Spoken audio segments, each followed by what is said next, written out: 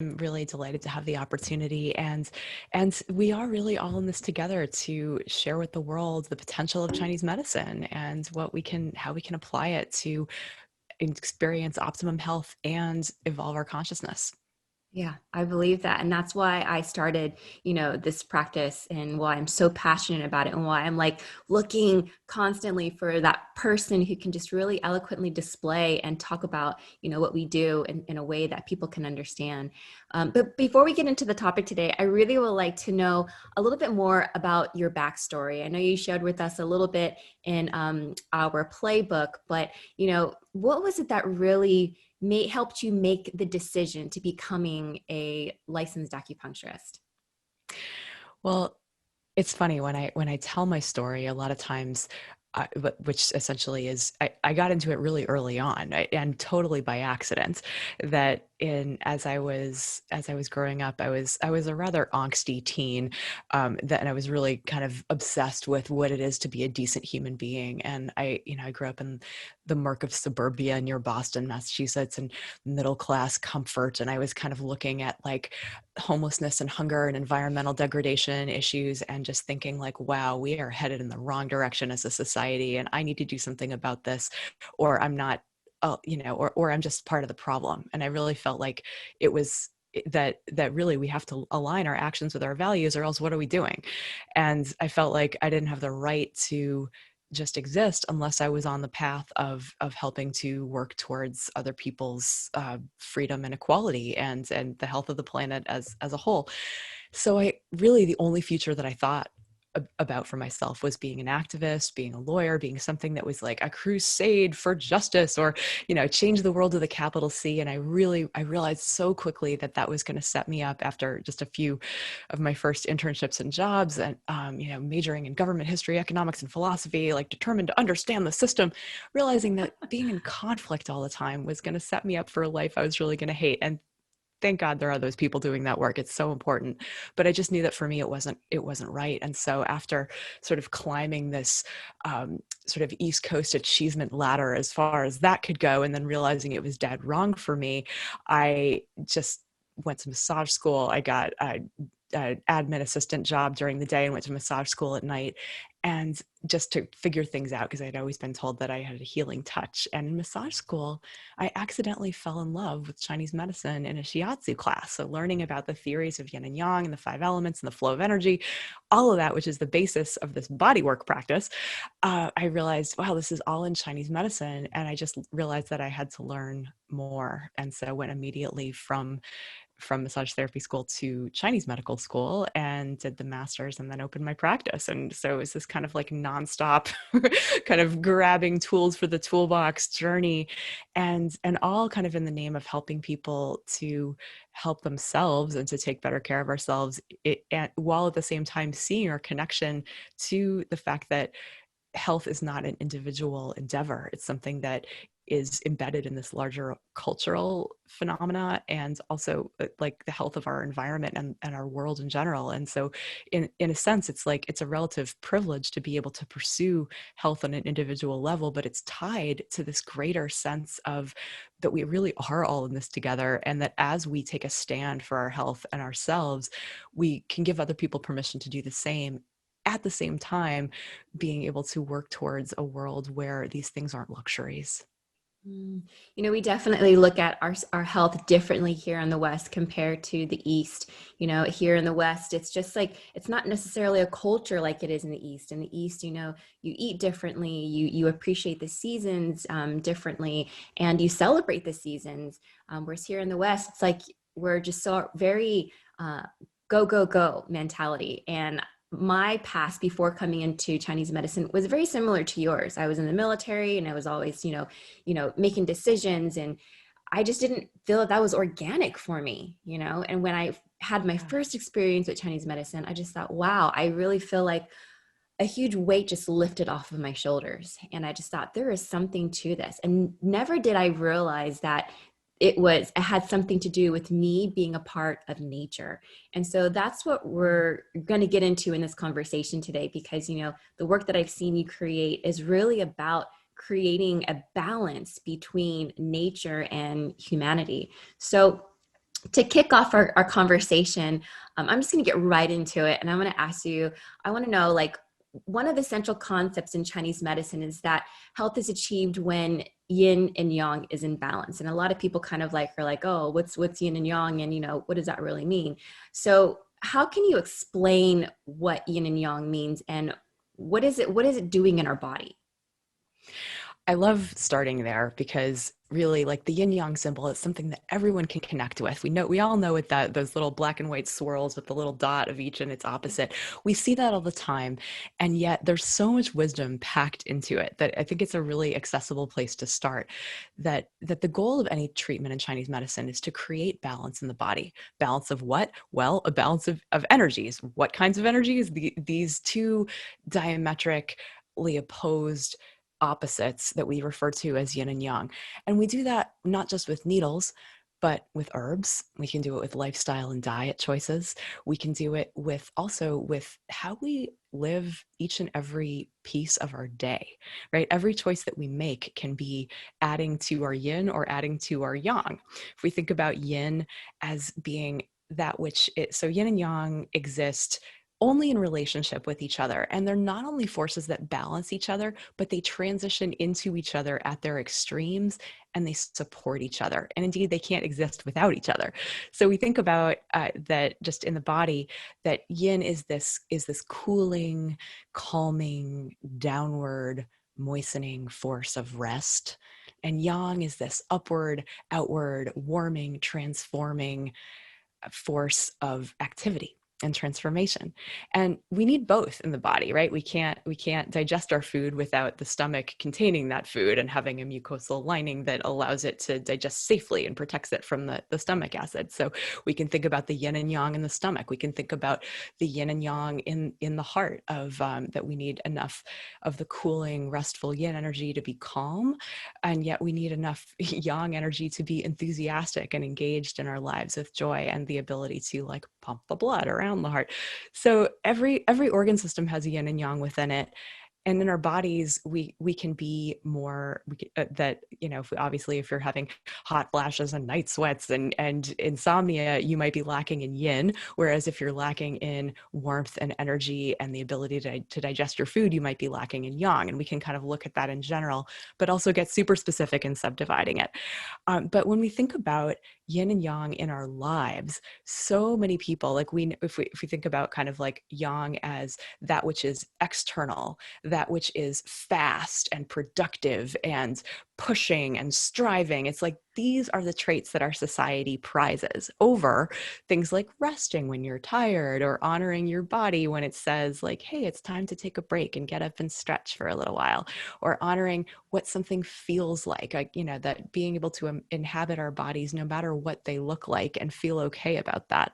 So if our society prizes the speed and the productivity and the externals at the expense of the rest, the slowness, the ability to be present, the ability to savor, the ability to simply just be without the doing, then this creates an imbalance. Like we demonize ourselves for simple basic needs. We're tempted to override our wisdom of our bodies, of our souls, of our innate intelligence in service of something else, right? In service of something is instilled in us either to keep us safe or to make us money or to do what we think we need to do in order to be successful or to survive in the world.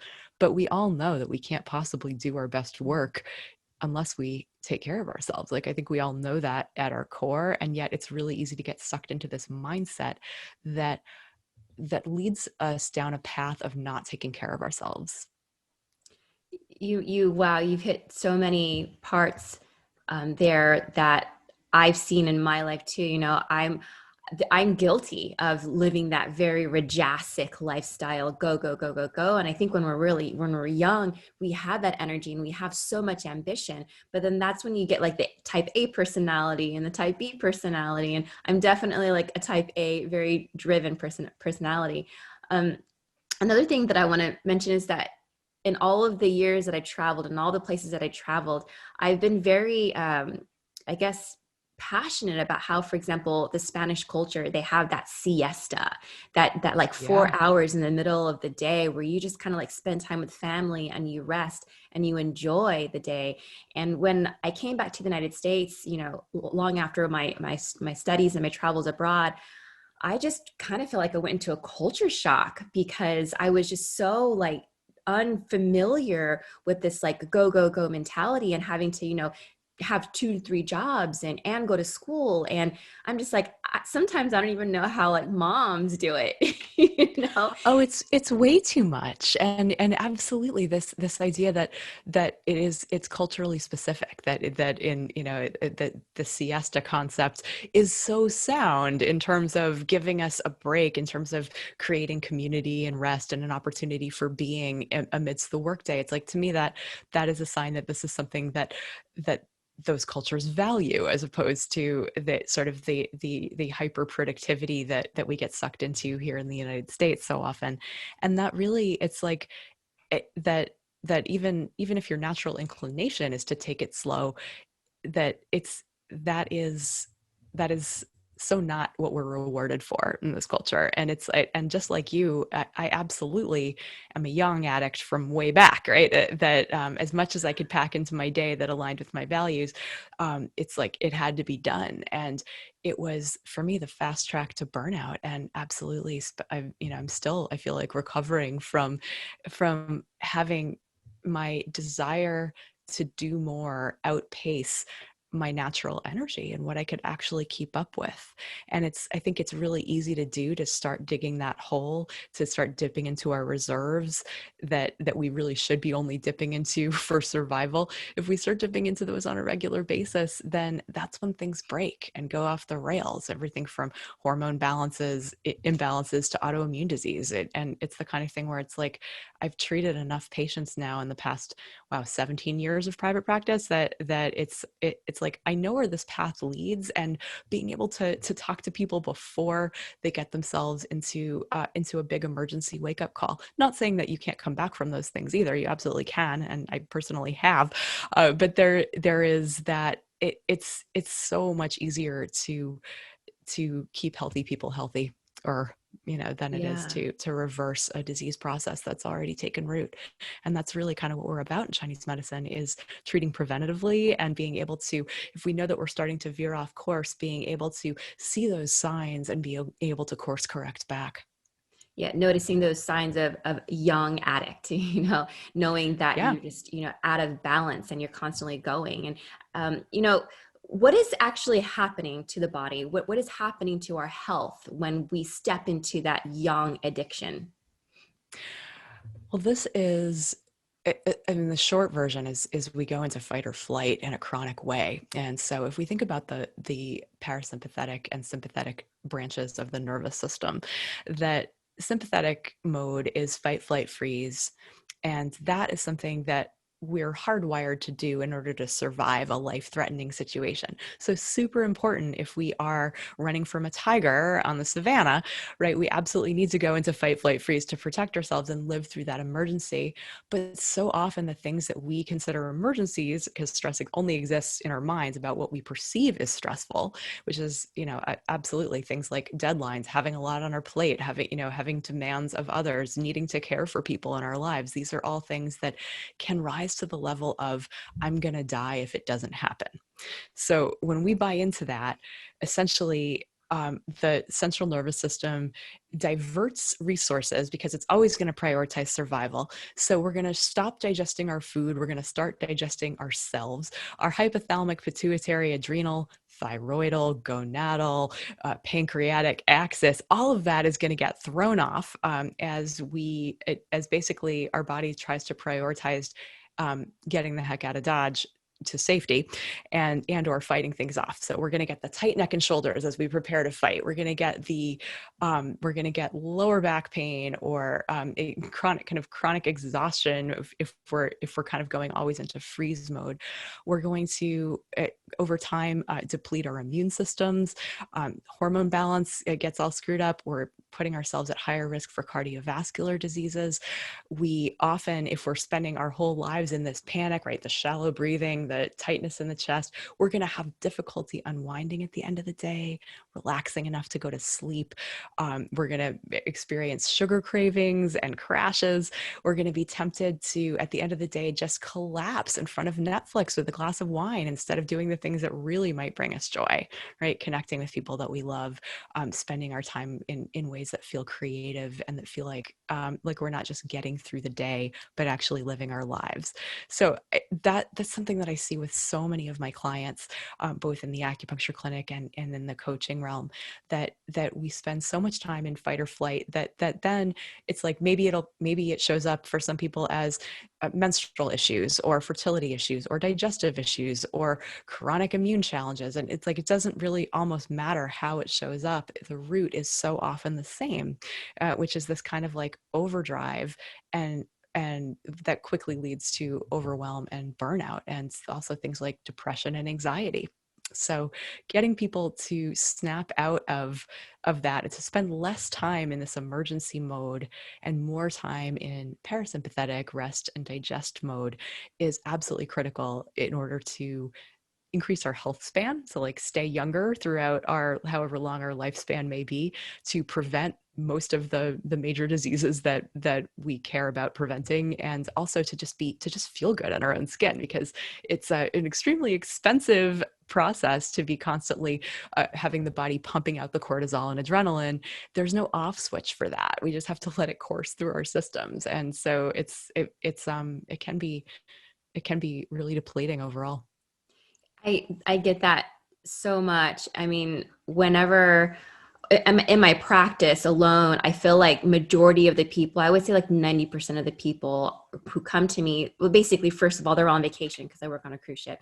And when they come to me, when you think about vacation, you think, oh, I just get to leave all my worries behind and I'm just gonna have a great time. But then they come and they're like, I got this back pain and then they're stressed out and they can't relax. And it's just like, I feel like 90% of my patients, I have to treat them for that to just calm down the mind. And once they've calmed down the mind, they've kind of like are able to restore and reset. And I find that then I can work on the root cause, the deeper cause to help them, Yeah. come kind of coil out of the deficiency that they're experiencing that was caused by this, like, over this fight or flight, over accumulation of like yang energy. So in your practice, you do quite a few things. How do you help people break out of this young addiction? Well, it's really a mindset shift that's required, because like well, at first I believed that if I just racked up all these tools in my toolbox, that I would be better able to help everyone in my practice. So I was racking up the teacher certifications for yoga and meditation and qigong and aroma acupoint therapy and like all these little ways and several coaching certifications, all these things to empower other people to take care of themselves. But what I found is that seeing people once a month, for kind of maintenance, ongoing care, that these very motivated, very intelligent, primarily women who would come in to see me, I would ask them how it went with that meditation practice or that new change in their exercise schedule or their eating schedule. And it's they would say kind of shamefully, like, well, I did great for the first few days and then life happened and it kind of fell away. And I was realizing that life is always going to happen, right? There's never a really easy time for us to prioritize the things that we all know we need to do to take care of ourselves. And so really it starts with a mindset. And this is kind of where again, I'll bust out the yin yang symbol and I'll have them look at yin and yang and recognize, like, okay, well, what's important to you? And they'll say things like, well, I really want to do a good job in my profession. I want to get a promotion, or I really want to like excel at this presentation, or I want to be really like there for my kids or there for my partner. And so these values of like really showing up at work or really showing up for other people in their lives, and they're trying to do it by spending extra hours at the computer, working late, trying to just cram in more and more work and more effort, and finding that they're just exhausted. And so this idea that actually doing less will actually make you more productive, that taking breaks is going to increase your productivity. We can all feel into what it's like to be sleep deprived for 4 nights in a row, right? Just feel into that. Like it's 4 nights, you've had 3 or 4 hours of sleep, many nights in a row. And then are you going to be able to deliver your A game Heck at no. work? Right. I mean, Probably not. That's like a pretty high ask of yourself versus if you actually went to bed early, if you got up and did your exercise, your meditation, if you spent time journaling, really figuring out what was going to move the needle on your day so that so you could see the results of your own effort and not just feel like life is this exhausting treadmill, that you're so much able to be sharp, creative, and productive. Like yin, rest, taking care of the body, enables yang, productivity, creativity, mental expansiveness, right? Creative capacity. Also, similarly, engenders our ability to be present, right? It gives back to us. And so helping people see that kind of like this idea that more yang leads to better outcomes, it just is a fallacy. That actually when we lean into yin, when we get good solid rest, when it's then we're able to bounce from there into productivity mode in a much more powerful way. And so like we know this because like the darkest part of the night is right before the dawn. We know this that like in cycles of nature that we go into the darkest part of the year, and then that gives birth to spring. And so everything gives birth to its opposite, which is right there in the yin yang symbol. Similarly, as people kind of look at the state of the world and feel like we're all kind of careening off a cliff and like how much worse can it get, the yin yang symbol comforts me because I feel like, well, it's the law that everything changes into its opposite when it gets to the extremes. So we just got to hang in there because everything is already catalyzing its opposite. Everything is already working towards giving birth to the very thing that's going to be medicine for what's going on now. So I really like to start with mindset and helping people get that it's the simple daily habits of resilience that set us up for never having to bite the hook of stress, from recognizing that daily emergencies aren't actually threats to our survival. They're just threats to who we think we need to be in the world in order to be okay. And so just basic things that we can do in the mornings, for example, if you can start your day with yourself at the top of your own to-do list, you are far more likely to stay there. And recognizing that this is actually not selfish, it's actually essential. And sort of Chinese medicine is all about paradox, right? That we need good yin to balance the yang, and that as we practice this, as we practice, for example, starting our day in meditation, in silence, that allows us to be focused and efficient when we do actually sit down to do things. you know, I think that one of the things that, because I'm guilty, I do start my day with the clear intention to do something for myself. But then there's always that FOMO. Am I missing out on something else? And then there's a distraction that kicks in. And it's kind of like, whoa, by the end of the day, I'm thinking, did I actually get done and accomplish what I wanted to? And, what did I do at the very beginning of my day to actually to start that momentum? So it's like almost a challenge to recognize that when we are, not giving ourselves that time that we need, not knowing how to recognize like what being a yang addict really is.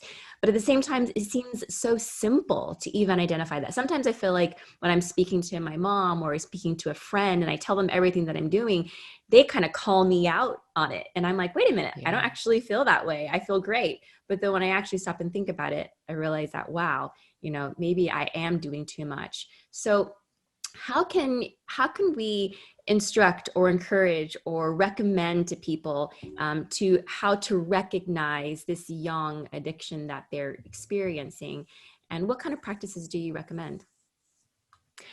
Well, to recognize it, I look first at what is supporting your sense of self, right? Is can you be okay? Like what if you just did nothing today? Like would you still be okay? Or would that feel really scary? It would feel You know, really uncomfortable.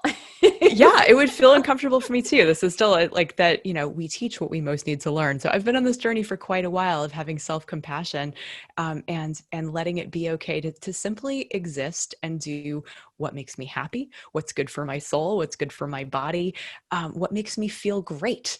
And so it's like if I believe that I have the right to take care of myself, then then and I'm able to move through the day from moment to moment from a place of ease and centeredness, then I'm not biting the hook of yang addiction. When I'm biting the hook of yang addiction, I believe that I can't rest until all the work is done, that I can't take a break, that I need to blow off or shortchange my workout or my meditation practice because in service of production, right? This idea that discounting the beingness, discounting the internal, the soul, the body at the expense of or just in service of how much can I get done? How much can I produce? How fast can I do it? What does it look like instead of what does it feel like? And so that basically, if this is challenging for you, if you go through a day overriding your simple basic needs to like eat and sleep and rest and even just go to the bathroom, right? That just it can start with absolutely dead simple things. It's not rocket science, but a lot of times it's like these are really super simple habits of self-care. And when I'm talking about self-care, I'm not talking about the occasional spa day or pedicure, much as those are lovely things. Those are kind of like the empty calories of self-care. They're a treat. What I'm talking about in terms of the things that are absolutely essential in terms of health preservation, right? Remembering that Chinese medicine views health as a balance, as created from a balance of yin and yang, and also from a balance of qi, jing, and shen, right? Our consciousness, our vitality, and our energy, right? That all of these things need to be put into play. And so honoring our yin on a regular basis, this looks like resting when we're tired. This looks like listening to our bodies when they're saying, hey, wouldn't it feel good to get up and to go walk? Basically, when I find myself eating over the sink, right? That's a moment that I'm never proud of, right? If someone were to walk in and like observe me like shoveling down my lunch over the sink instead of taking a plate, sitting my ass down and actually like taking a breath and enjoying and spending 20 minutes eating and digesting. It's like to me that latter is how a self-respecting woman would be acting, right? The shoveling food into my face over the sink, probably not something I'm super proud of. And if some guy were to come over to me and be like, I don't care how tired you are. You can't get up and take a break until you finish this email. I would be like, excuse me? Like, excuse me, what now? Like that is not okay to say to me. And I would tell him off. But when that voice comes from my own head, I'm like, oh, you're totally right. And that is an old outdated pattern. That is yang addiction at its core, essentially like prioritizing the doing over the being. And so it's the kind of thing where like just really treating ourselves, really embodying self-respect is something that we do when we honor our bodies and minds and spirits moment to moment. And it can be starting as simple as a 5-minute practice of breathing and meditating and priority setting in the morning. That could be just one taking maybe 2 minutes to breathe, 1 minute to meditate, 1 minute to chart your course for the day about like what matters to me and where am I going to put my energy. Because if I have a to-do list 10 things long and I don't accomplish it, I'm reinforcing a sense that I'm not doing enough, right? That's just perpetuating yang addiction. But if I can get clear on where I want to spend my precious life force today, then I'm much more likely to be able to feel like good about what I've accomplished, and at the same time really allowing myself the time that I need in order to do the things that make me feel good. So for me, exercise is a huge one. It's like when I'm exercising, I get endorphins, I can feel much more relaxed and at peace. And so starting my day with just a 30-minute yoga practice can mean the difference between me feeling like I had a great day, right? Or just that I didn't really, or having like a day that feels just blah and like I just kind of survived, but I didn't really do anything to connect to myself. I didn't really do anything to make me feel good. Plus, after yoga, I've oxygenated my brain, I'm really in a state where that yin and yang is really balanced. And so one of the things that I recommend to people to start small in implementing these things is that like we're not creatures of willpower, we are creatures of habit. And so understanding how to create a really solid groove in our lives that we can just fall into that, like a new rut, except a rut that's going to be supportive, not one that drags us down. So really automating the right things. If 40% of our days are spent on autopilot, they're happening without our conscious thought, we need to really be intentional about what those habits are, and making sure that in our daily lives, if we have like this streamlined morning routine where all of the basics of self-care are covered, then it's not like when willpower runs out at the end of the day and we've like left it all at work or left it all with the people that we're taking care of, then it like we have very little energy left over to start something new or start something hard, which it absolutely is, because it's not, we don't have the support in our culture to actually do these things. So I really recommend, in my coaching programs, we have this mantra that mornings are mine. If you start with your important self-care practices in the morning, you are far more likely to value yourself and honor your yin throughout the day.